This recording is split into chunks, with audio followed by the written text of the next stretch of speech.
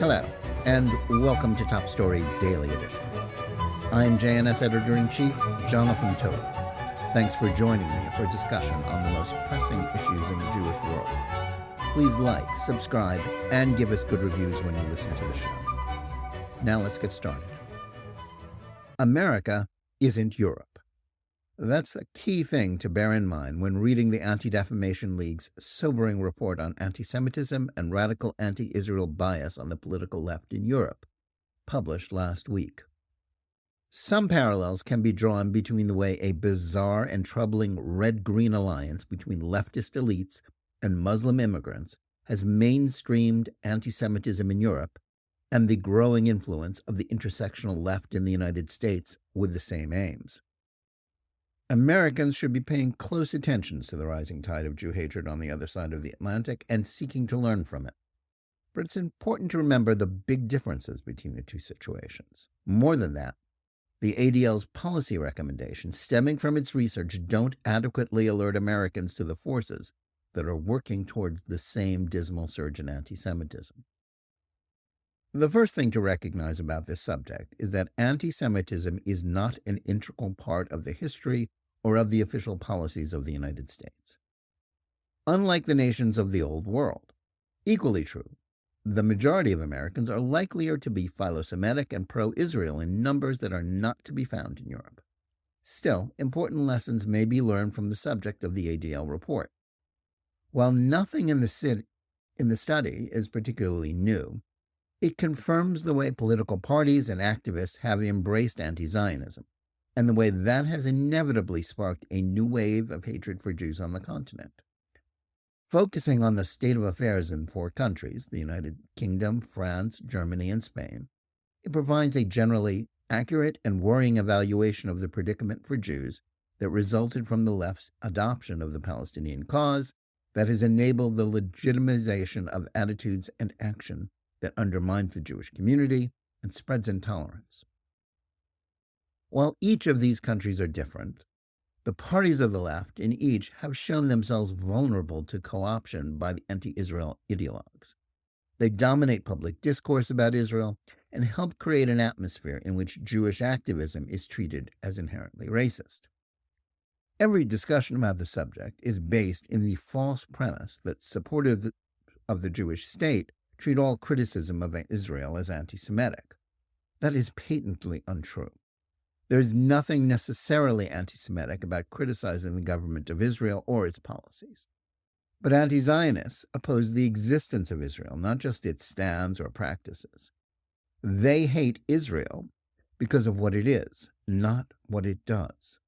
So while criticism of Israel is legitimate, the dichotomy between anti-Zionism, which claims that the Jews have no right to a homeland or to self-defense, and anti-Semitism is a difference without a distinction. Anti-Zionists are almost always engaged in anti-Semitism because their advocacy is inherently prejudicial to Jews and aimed at denying them rights that no one would think of questioning with virtually any other group. No other nation has an international movement arrayed against it whose purpose is its extinction. The global strength and reach of anti-Zionism is inconceivable without anti-Semitism. And it is not an accident how easily agitation against Israel morphs into acts of Jew hatred, including violence. Nor is it coincidental that the parties of the left are susceptible to this sort of argument, since they view Jewish nationalism as somehow illegitimate. They think of Jews as European immigrants, rather than as a multi-ethnic group, although the majority of Jewish Israelis trace their origins to the Middle East or North Africa, and are thus actually the indigenous people of that country. That is why traditional right-wing anti-Semitism, which is rooted in religion or far-right nationalism, remains a factor in Europe. But the current wave of Jew hatred is now largely driven by left-wing politics. This report is to be welcomed, as is the ADL's recent pivot toward acknowledging the danger of anti-Semitism from the American left. Thanks largely to its CEO and National Director Jonathan Greenblatt, the ADL has shifted its stance in recent years from nonpartisanship to that of a Democratic Party auxiliary advocacy group. That's deeply unfortunate because the ADL is uniquely placed to impact the national discussion. The ADL can do a lot of good when it publicizes something that advocates thinking clearly about the sources of anti-Semitism. But one shortcoming of the report is its tendency to downplay half of the problem on the European left. The power of left-wing anti-Semitism stems from the coming together of two disparate factions: left-wing intellectuals, artists, and political activists, and Muslim immigrants to Western Europe who brought their anti-Semitism and intolerance for Jews in Israel to their new homes. It isn't surprising that the ADL wouldn't want to make that community the face of anti-Semitism in Europe, and all such immigrants are not Jew haters. But the growth of the Muslim population in these countries parallels the recent anti-Semitism surge.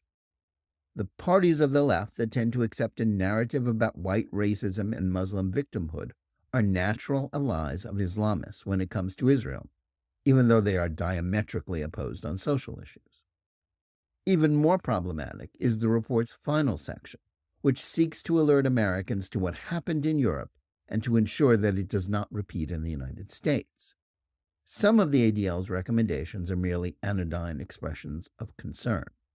But its call to block anti-Semitism online is problematic, given that it is wedded to the Biden administration's collusion with big tech and social media companies to censor conservatives and criticisms of their policies.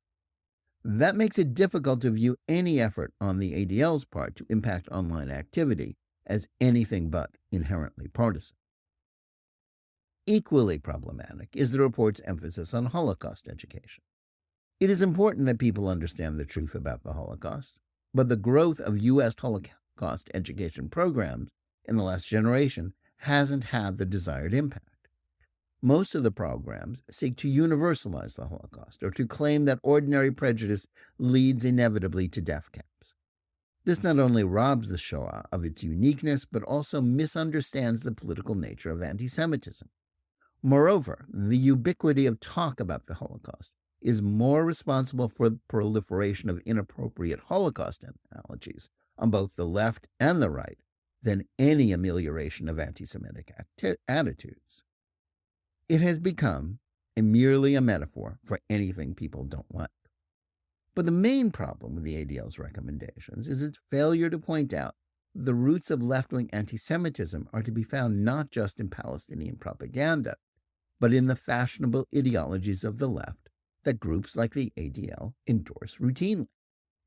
Just pointing out the anti-Semitic statements of the left-wing congressional squad members like Representative Ilhan Omar, or the way that protests against Israel during its fighting with Hamas in May 2021 transitioned into violence against Jews, isn't enough. If you condemn that behavior, but approve of intersectionality, which falsely analogizes the Palestinian war on the planet's one Jewish state to the anti-Semitic Black Lives Matter movement from which it sprung, then you don't understand what's driving the growth of Jew hatred on the left. If you think critical race theory, which treats Jews as white oppressors and Israel as a manifestation of imperialism, you're aiding the anti-Semites. And if you accept the woke Catechism of Diversity, Equity, and Inclusion, DEI, as necessary for all businesses and even the government to adopt, then you reject equality and embrace racial quotas that will inevitably hurt Jews. Unfortunately, these are the mistakes that the ADL has made and continues to make. Its recognition that anti-Semitism can come from the left as well as the right is a step in the right direction, but it's not enough.